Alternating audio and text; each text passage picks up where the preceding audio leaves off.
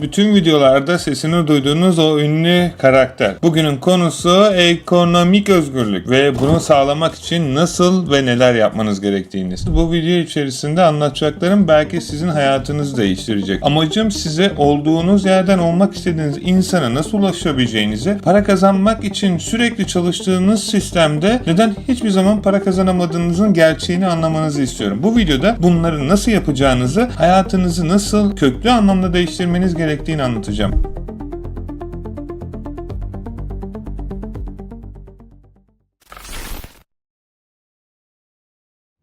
Bunu neden yapıyorum? Öncelikle buna değinelim, ondan sonra nasıl yapacağınızı anlatayım. Çünkü bunu yapmamdaki çoğu sebep, çoğu kişinin bana sormuş olduğu, madem sen bu kadar paraya ulaştın, bu kadar başarıya ulaştın, bunu neden insanlarla paylaşıyorsun? Neden kazanmış olduğun ürünleri dükkanda paylaşıp bizimle ücretsiz bir şekilde paylaşıyorsun? Arkadaşlar, bunu çok net bir şey getirmek istiyorum. Ben yıllar önce kendi hayatını gerçekten özgürlük bir şekilde, istediği zaman istediği bir konumla, istediği şeyi alabilecek kadar zengin olabilecek bir insan olmayı hayal ettim. Ve bunun için de 16 sene boyunca neredeyse günlük ortalama 10-12 saat boyunca çalıştım. Ve ne kadar da çalışsam da bunun belirli boyutlarında yeteri kadar doyuru oldu. Bazen kaybettim, bazen kazandım ve yaklaşık herhalde bir 8-10 yıl önce de güzel bir şekilde iflas ettim. Fakat ben kendime böyle bir söz verdim ve dedim, bunu ben bir şekilde başaracağım. Nasıl yapacağımı bilmiyorum ama başardıktan sonra bunu bütün insanlara göstereceğim. Çünkü eğer ben bunu kendi başımda başarabilirsem bütün insanlara bunu gösterebilir ve onların da benim o yaşamış olduğum o sıkıntılı ve stresli süreci yaşamasını engelleyebilirim. Peki bunu niye yapıyorum? Çünkü o zaman bir çıkış yolu arıyordum ve aramış olduğum çıkış yolunda nasıl eğer olur da ben bir şekilde bu şeyden çıkarsam, bunu dua aracılığıyla yapıyordum. Herkes bunu göstermek istediğimi niyet etmiştim ve bu benim o yüzden insanlarla paylaşmak istediğim bir şey ama şunu anlamamız gerekiyor. Bunun herkesin başaramayacağını biliyorum. Çünkü şunu anlamamız gerekiyor. Hayatta zengin, fakir, başarılı, başarısız ya da istediği şeyde yerlerde olup istediği yerlerde olamayan insanları ayıran tek bir özellik var. Bunu istemeyen ya da başaramayacağına inanan insanların bahaneleri var. Yapmak isteyen, zengin olan insanların da bahanelerinden büyük sebepleri var. Bunu çok ufak bir şekilde arayalım ve ne olduğunu anlayalım. Şimdi örnek veriyorum. Bir anneden bahsedelim. Şimdi bir anneye bir şeyi nasıl yapamayacağını anlatamazsınız. Örnek veriyorum. E-ticarette para kazanmaya ihtiyacı varsa, çocuğuna bakması gerekiyorsa bu anne bunu her türlü başarır. Çünkü bahanesinden büyük sebepleri var. Çocuğuna bakması gerekiyor, daha iyi bir hayat sunması gerekiyor. Bu zorunluluk değil ama şimdi bu anne evlat sevgisini burada çok detayına girmek istemiyorum ama az çok beni bir ebeveyn yani anne olması da gerekmiyor. Bir babanın aynı şekilde aradaki farkı anlamıyor. Çünkü başarmak için benim buram ağrıyor, benim zamanım yok ona, onu araştıramam gibi bahaneler olmayacak. Ama genellikle bir şeyi yapmak isteyip sadece kısa yoldan para kazanmak isteyen insanların ben eBay'e bir tane ürün koydum $50 kazandım, şimdi boş ver o kadar. Hesabım kazandı, şu oldu bu insanların da bahaneleri var. İşte bu insanlar hayatın hiçbir alanında genellikle başarılı olamazlar. Çünkü kendi hayatını yaşamayı tercih etmiyor. Başkasının hayallerini yaşayarak sadece ona sunulmuş bu dünya düzeninde yaşamayı tercih ediyor ve bu bence çok anlaşılır ya da saygı duyulur bir şey. Çünkü uğraşmak istemiyor. Ona verilen bir iş var. Sabah 10'da gidecek, akşam 9'da çıkacak. Konfor alanından çıkmasına gerek yok. Bak sadece verilen işleri yapacak. Ondan sonraki süre içerisinde işten eve, evden işe gidip o geri kalan zamanda da hayatına yaşamak istediği şeyleri katarak yaşayacak. O yüzden buradaki senaryoda bu ikisi de bir tercihtir ve iki tercihin de farklı sonuçları vardır. Birinci tercihte başkasının hayalleri için çalışırsanız ömrünüzün sonuna kadar çalışacak, hiçbir zaman zengin olamayacak ama genel olarak yaşayabilecek ve belirli bir borçlarla içerisinde hayatınızı idame ettirecek bir hayat yaşayacaksınız. Ve ortalama bir insan kadar yaşarsanız da 65 yaşlarında emekli olacak ve emekli olduktan sonra çalışmadan belirli bir ücret karşılığında hayatınızı idame edeceksiniz. Bu bir tercihtir.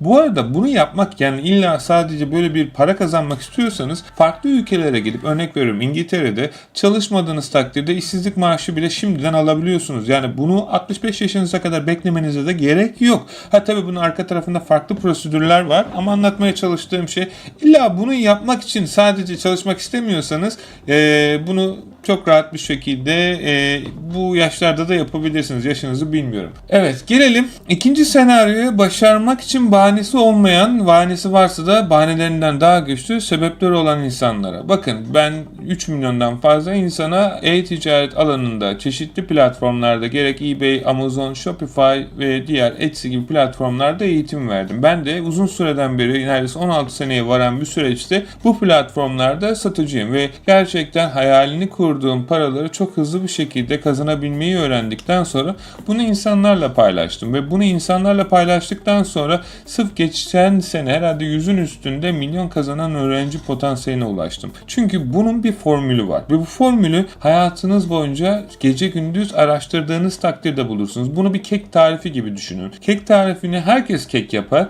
ama hangisi daha lezzetlidir diye sorduğunuzda tabii ki tat ve böyle şeyler kişiden kişinin zevkine göre değişse de aslında kekin ortalama bir formülü vardır. İçerisine koyacağınız tuz, yağ ve un gibi oranların değişkenlik göstermemesi gerekir. Tabii ki siz kendi içeriğinizi koyarak daha da güzel ve daha lezzetli bir hale getirebilirsiniz ama ilk önce bunu yapabilmeniz için o kekin tam formülünün tadını bilmeniz gerekiyor. Buraya da ulaşabilmek için teknik olarak zengin olmanız gerekiyor. Yani şunu anlatmaya çalışıyorum. Ekonomik özgürlüğe ulaşmak için belirli bir ekonomik seviyesinde olmanız gerekiyor. Peki bunu şimdi nasıl yapabiliriz? Hadi gelin artık kimin yapmak istediğini ve kimin gerçekten yapacağını anladıktan sonra bu formülü sizlerle paylaşmaya. Sevgili arkadaşım, bu anlattığım formül herkes üzerinde çalışabilir. Sadece gerçekten yeteri kadar zaman, emek ve tecrübe verilmesi gereken bir şey. Size anlattığım şey sizi bir gecede milyon edecek ya da milyoner edecek bir sistem değil.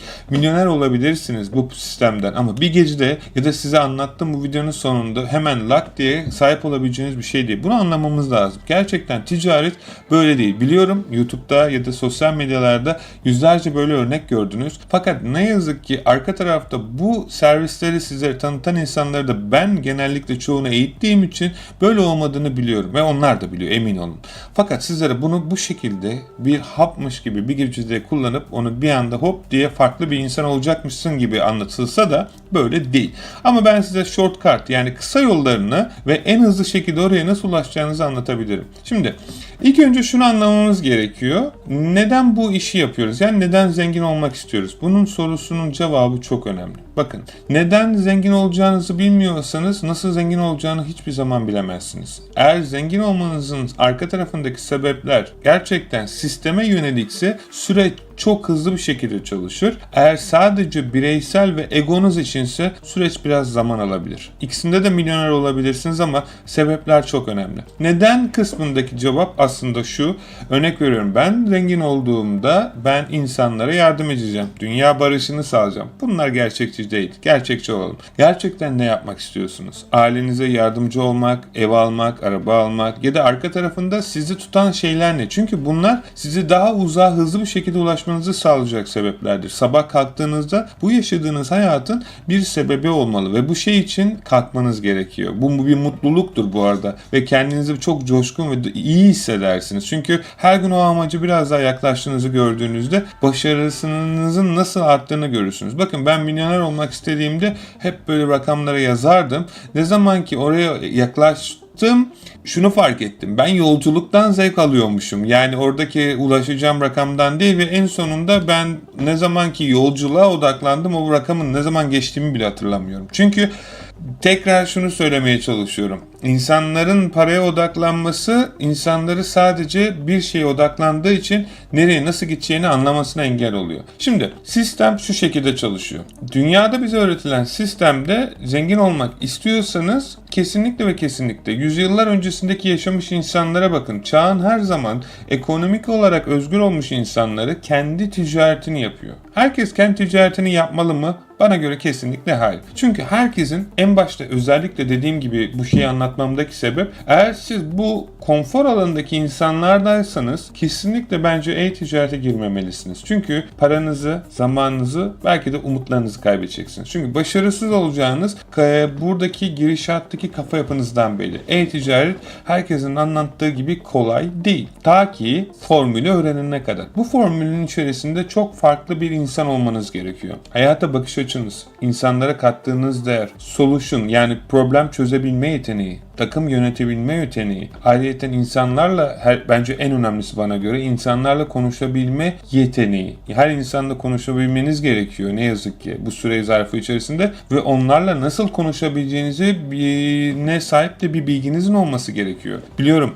E-ticarette zengin olmak, binlerce pound para kazanmak, her gün düzenli olarak bunlara sahip olmak çok güzel bir şey gibi gelse de bunu yapabilmeniz için kendinize bu değerleri katmanız gerekiyor. Bunları nasıl yapabilirsiniz? Daha çok insanlarla konuşarak, insanlara yardım ederek ama gerçekten bunu içinizden isteyerek, belirli bir seviyede para sahip ve para bilgisine sahip olmanız gerekiyor. Paranın dilini konuşabilmeniz lazım. Ben çoğu insan görüyorum, başkalarının yanında çalışabilmek için farklı diller öğreniyorlar. Yani güzel bir şey bu arada. Bence kesinlikle herkes farklı dili öğrenmeli ve ben gerçekten bir dil aşığı olarak 3-4 tane dil konuşabiliyorum ve bunu keşke daha da arttırabilsem. Çünkü çok seviyorum. Her dil bir kültürü size öğretiyor ve farklı bir şekilde konuştuğunuz zaman da oradaki şeyleri. Ben bugün başarıma baktığım zaman zamanında Litvanya'da kendi başıma yapmaya çalıştığım bütün o tecrübesizliklerimden öğrendiğim tecrübelerle bu kadar hızlı bir şekilde ilerlediğimi fark ettim. Yani şunu demiyorum. Sizin de Litvanya'ya gitmenize gerek yok ama bir iş yapıyorsunuz. Bilmediğiniz bir markette sıfırdan çıktığınızda ya da Türkiye'de kendi başınıza bu kadar iş yaptığınızda yurt dışına geldiğinizde böyle ultra güçlü oluyorsunuz. Peki gelelim asıl olaya. Nasıl zengin olacağız? Öncelikle şunu anlamamız lazım. Harekete geçmediğiniz sürece yaptığınız hiçbir şeyin bir anlamı yok. Bu kesinlikle önemli olan bir şey. Yani bir şeyi denemek size en fazla belirli bir şey kaybettirirken bir şeyi denememek hayatınız boyunca kafanızda kalacak bir soru işaretinin sebebi olacaktır. Örnek veriyorum. Ben çoğu insanın hesabını yönetiyorum ve yönetmeye başladığımızda genellikle hep bunun bir yatırım olduğunu ve yatırım olduğunu bildikleri için de bu ticarete girerken evet akın ben bir örnek veriyorum. 5.000 pound'u buraya olsa da olmasa da yatırdım ve deneyeceğim diyor. Bu insan kazanacak. Yani ben garanti vermesem de kendi yerdiğim sistemde bu insan kazanacak. Benli ya da bensiz sebebini söylüyorum. Çünkü bu insan bunu göze alarak harekete geçiyor. Arka tarafta sadece bir yazılıma ya da bir eğitime böyle 10 pound 20 pound vermekten kaçınan bir insanla 5.000 pound verip de ya da bir yerden o ikisi de aynı seviyede. İkisi de örnek veriyorum bankadan borç alarak bu işe giriyor. Yani ikisinde birinin parası var birinin yok demiyorum. Hayır. Çünkü artık kaybedecek bir şey yok ve bu noktada olan bir insan diyor ki ben 5.000 liraya bir yerden biriktirdim ve bununla gireceğim. Olursa da olmasa da bunu denemek istiyorum. Çünkü yapabileceğime inanıyorum. Diğer insan ve arka tarafta ya ben eğitime para vermem. Ya 20 pound işte 10 pound ki dediği parayı örnek veriyorum. Günlük kötü alışkanlıkları çok rahat harcayabiliyor bu diyen insanların çoğu ne yazık ki. Ama işte iş kendi hayallerine yatırmaya gelince orada işte yol ayrılıyor ve gerçekçi olalım ben bu ticarete para yatırıp da para kaybedeni çok az görmüşümdür. Bu para kaybetme muhabbeti de şu boyuttadır. Parayı yatırdı ama istediği kadar para kazanamadı. Ama öteki tarafta 20 pound, 30 pound ya da ne bileyim ufak bir rakam burada önemli olan rakam değil aslında ticaretine yani kendi hayallerine yatırmaktan çekinen insanlar ne yazık ki hayatının belki sonuna kadar başkasının hayalleri için çalışıyor ki aslında en büyük ödediği bedel onun orada verdiği zaman. Hayalleri için sevdiklerinden ayrı, inandıklarından ayrı. Baksanıza düşünsenize bir özgürlüğünüze sahip olmak için ne kadar para verirdiniz? Aslında bu sorunun cevabını bulmak lazım bence. Tabii ki kişiden kişiye göre değişse de garanti olmayacağını bilsemiz de arka tarafta özgürlüğünüzün bedeli ne kadar? Ve bu paraya sahip olsaydınız gerçekten bu parayı oraya yatırır mıydınız? Bence bu akıllarda insanların kendine sorması gereken soru. Çünkü örnek veriyorum e-ticarete girdiğinizde ve bu yapay zekayla gerek bizim gerek sistemde başka çalıştığınız iş modelleri olabilir. Affiliate marketing, Amazon'daki bir iş modeli, Shopify'daki bir entegre edilmiş bir dükkan ya da arka tarafta farklı yapay zekayla chatbotları ya da ne bileyim agency otomasyonları gibi yüzlerce YouTube otomasyonu gibi. Bu ticarete girmek için ne kadar para verirdiniz? Sorusunun yanına aslında sorulması gereken soru ben şu iş modeline inanıyorum ve beni bir şekilde ekonomik özgürlüğüme ulaştıracağına inanıyorum ve ben eğer bu sistemde aylık 1000 pound para kazanırsam otomatik olarak ekonomik olarak özgür olurum. Örnek veriyorum benim giderim şu kadar para ve bu para bana geldiği zaman ben ekonomik olarak özgür olurum. Peki ben bu ekonomik özgürlüğümü ömrümün sonuna kadar satın almak için ne kadar para vermeye odaklıyım?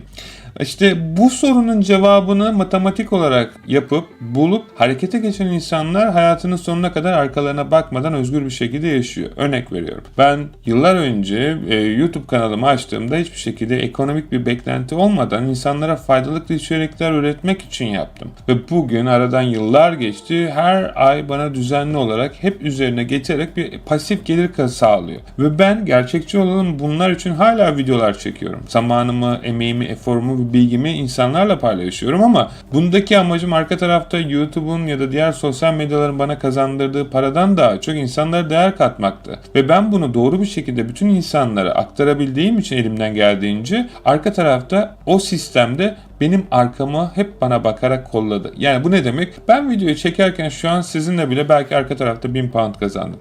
Onu demeye çalışıyorum. Yani bunun için artık bir kaybım yok. Ama yıllar önce böyle miydi? Hayır. Tabii ki yıllar önce bu işe girdiğimde arka tarafta yazılımlara, arka tarafta eğitimlere, arka tarafta kurslara, seminerlere, kitaplara ve diğer kendimin bilebileceğini düşünüp deneyip yaptığım hatalardan, insanlardan danışmanlık alarak ekstra ödediğim şeylerin hesabını katarak buralara geldim ve keşke öyle yapmasaymışım çünkü çok daha kolay bir yolu varmış. Zaten orada olan bir insan bana bu süreci çok rahat bir şekilde gösterebilirmiş. Peki, şimdi tercihi size bırakıyorum. Özgürlüğünüz için ne kadar ödersiniz? Yorumlarda bunu yazarsanız ben de elimden geldiğince o bütçeye uygun size iş modelleri önerebilirim. En azından neyi, nereden, nasıl başlayacağınıza ufak bir şey de olsa bilgi sahibi olmuş olursunuz. Peki, ekonomik özgürlüğümüze nasıl sahip oluruz? Ekonomik özgürlüğünüze sahip olmak için gerçekçi olalım, kendi işinizi kurmanız gerekiyor. Ya da kurulmuş olan bir işin sponsorluğunu yapmanız gerekiyor. Sponsorluktan daha kastım aslında reklamını yapmanız gerekiyor. Nasıl? Affiliate marketingde. Affiliate marketingde insanlar milyonlar kazanıyor aylık. Dropshipping'de milyonlar kazanıyor aylık. Herkes mi? Hayır. Ne yazık ki bunun %80'i kaybediyor. %20'si kazanıyor. Oran niye bu kadar düşük? Çünkü bu %80'in %70'i harekete geçmeyen kitle, %10'u harekete geçip başaramayan kitle, geri kalan %20'si de harekete geçip başaran. Neredeyse yani oran yarı yarıya fazla. Korkmayın yani %70'lik kitle bugün hala ne yapmak istediğine emin olamayıp bunu mu yapsam bunu mu yapsam diyen kitle. Ama gençlere özellikle şunu söylüyorum. Eğer bugün evli değilseniz ya da birisine bakma zorunluluğunda değilseniz ekonomik olarak, arka tarafta sizi bağlayan bir şey yoksa, işte örnek veriyorum, şimdi evli olunca, çocuğunuz olunca bu kararları vermek biraz zor oluyor. Gerçekçi olalım. Çünkü yaptığınız her şeyi artık bir kişi olarak değil, bireyler arttıkça o bireylerin sorumluluğu da sizde ise buna göre yapıyorsunuz ve hareket bağınız biraz kısılıyor. Ama bugün eğer bu şartlarda, örnek veriyorum, üniversite okuyorsunuz, arka tarafta sizi kaybedecek bir şeyiniz yoksa şu anlamda, yani sizi bağlayan arka tarafta, kesinlikle deneyin. Bakın, çok altını çizerek söylüyorum. Sizi durduran bir şey yoksa harekete geçin. Aksi takdirde eğer bunu bugün yapmazsanız yarın harekete geçmiş insanlar sizi kendi sistemine alacak ve ömrünüzün sonuna kadar onların sisteminde çalışmak durumunda kalacaksınız. O yüzden yani o çukur gelecek ilerleyen zamanlarda karşınıza. O çukurda sistem işte. Eğer o sisteme daha henüz girmediyseniz, ben kendi çocuğumu bile bugün 11 yaşına girdi. YouTube'dan para kazanıyor. Yani e-ticaret dükkanı var bir tane, eBay, ben açtım, ben ödemesini alıyorum. Oradan para kazanıyor. Çünkü niye? Ben bunu yapmamdaki sebep, bu çocuk eğer normal bir birey olarak büyürse 16-17 yaşına geldiğinde başkasının hayalleri için çalışmak zorunda kalacak. Niye? Çünkü para kazanması gerektiği ona aşılanacak. Ve bunun için de bir şeyler yapmaya başlayacak ve bir hayat yolculuğu başlayacak. Ben bunu istemediğim için ve hayatını istediği şekilde yaşayabilmesi için ona bu yaşta ben babası olarak ben bildiğim bilgiyi ona aktardım. Size de aktardığım gibi aynı şekilde onun sistemini kurdum ve onun için şu an arka tarafta sistem çalışıyor. Bunu herkes yapmak zorunda değil ama benim önerim, bunu yapmamdaki sebep, eğer o çocukta para olursa belirli bir yaşa geldiğinde, sistemi anladığında kendi kararlarını artık kendi verebilir. Ve çalışmak istiyorsa yine çalışabilir ki ben saygı duyarım kesinlikle. Hepimizin doktorlara ve alanında uzman insanlara ihtiyacı var. Çalışmak kötü bir şey demiyorum. Demek istediğim şey, neyi neden yaptığınızı bildiğiniz sürece bir sorun yok ne iş yaptığınızın.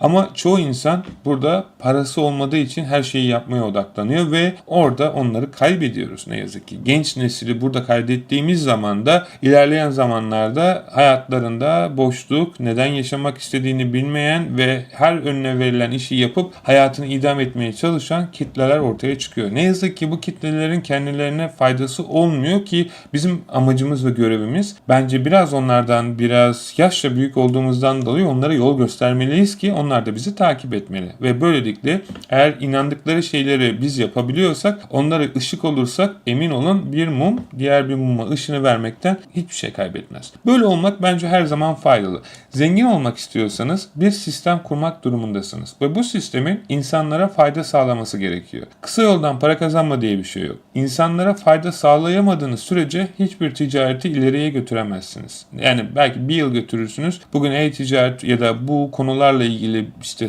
yaşam koçudur, astrolojidir, arka tarafta yüzlerce, binlerce, on binlerce kanal var. Ve bunların neden sadece %20'si bugün YouTube'da ya da diğer sosyal medyalardayken diğer 80'i bıraktı bu işi. Astrolojiye mi inanmadı? Yoksa örnek veriyorum danışmanlığa mı, e-ticaret gurusuna mı inan? Hayır. İşini inanarak değil sadece para kazanmak için yaptı. Ve ne yazık ki sistem ona izin vermedi. Çünkü sistemin çalışma şekli fayda kattıkça sistem size daha çok fayda katacak. Bugün benim zengin olmamın tek bir sebebi diğer insanları zengin yapmam. Çünkü sistem bana arka tarafta daha fazla veriyor. Ben bireysel olarak ben daha çok para kazanayım diye düşünmüyorum. Düşündüğüm şey insanlara ne kadar daha çok para kazandırabileceğim. Çünkü uzmanlık alanım bu ve onlar da bana sistem tarafından fazlasıyla geliyor. Sizin de yaptığınız her neyse gerek eBay, gerek Amazon, Shopify, arka taraftaki bütün diğer platformları sayabilirim. İnsanlara bir şey sunmanız lazım. Ürün mü satıyorsunuz? Sattığınız ürünün insanlara fayda sağlaması lazım. Kalem mi satıyorsunuz? Sattığınız kalemin insanlara fayda sağlaması lazım. Buna odaklanmanız lazım.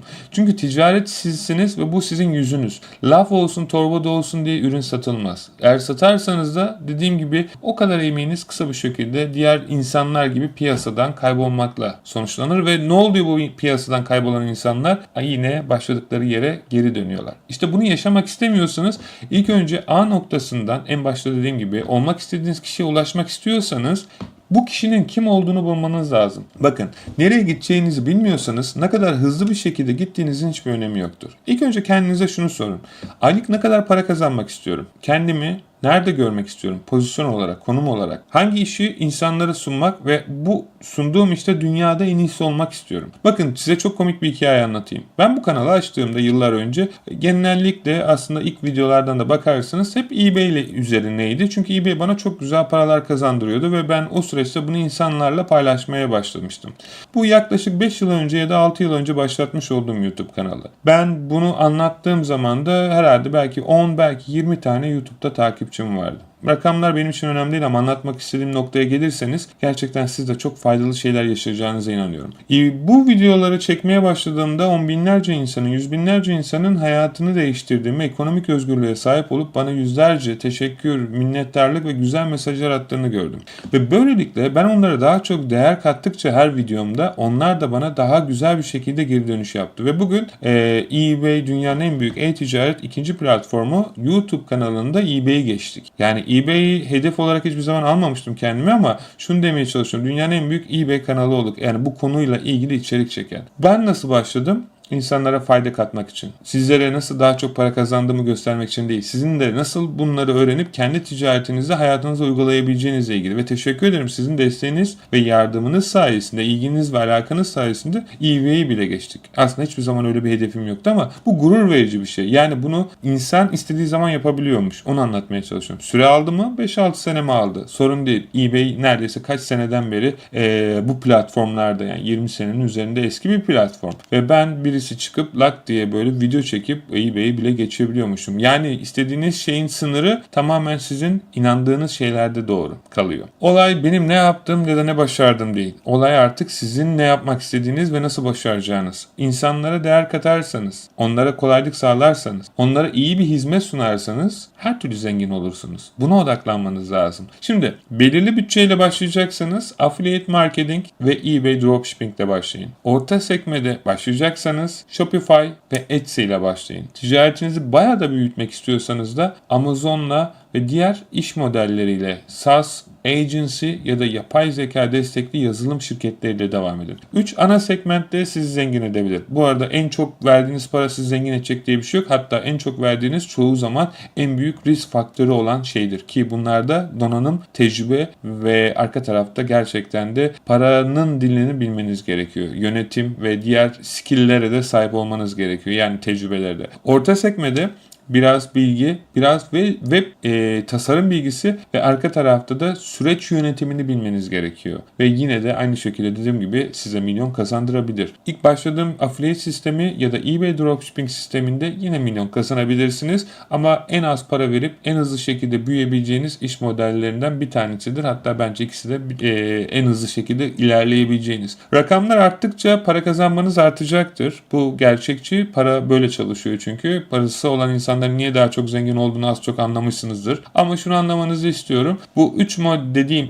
segmentteki iş modellerinden birini kurmadığınız sürece ya da bunun altyapısına sahip farklı şeyler olabilir bu arada. Bunları size bırakıyorum. Ben tasarımı yapmak istiyorum. Print on demand. Hangi segmentte olduğuna bak. Print on demand örnek veriyorum. Saymadım ama buradaki senaryoda birinci segmentte. Çünkü anlattığım iş modelinin yapısı sana ait olmayan ürünleri satmak. Buradaki segmentte illa onları saymama gerek yok. Bu birinci segmentte. İkincisi ben örnek veriyorum işte şunu yapacağım. Danışmanlık şirketi açacağım. Danışmanlık şirketi örnek veriyorum. Buradaki senaryoda yine ikinci sekmeye giriyor. Yazılım şirketi açacağım. Buradaki sekmede üçüncü şeye giriyor. Siz bunu hangisini yapmak istediğinize ilk önce karar vermek zorundasınız. Ve bunu neden yapmak istediğinize cevap vermek zorundasınız. Bunları yaptıktan sonra 2 tane yol çıkar karşınıza. Hangisini yaparsınız? Ya insanlardan, orada olan insanlardan danışmanlık alacaksınız ya da 5 sene en aşağı bunu hayatınızda tecrübe edeceksiniz. Ben keşke diyorum bazen hani bunu benden daha iyi yapanlar olsaydı da zamanında bana gösterseydi. Benim zamanımda böyle şeyler yoktu. YouTube'da o kadar çok video herkes paylaşmıyordu vesaire. Eğitimini vermiyordu en azından. Biz bunu zor yolda tecrübe ettik. Siz bunu yapmak zorunda değilsiniz. Bu paralı olan kısımdır. Yani birisinin tecrübesini satın alırsanız onun parasının karşılığını verirsiniz. Örnek veriyorum bugün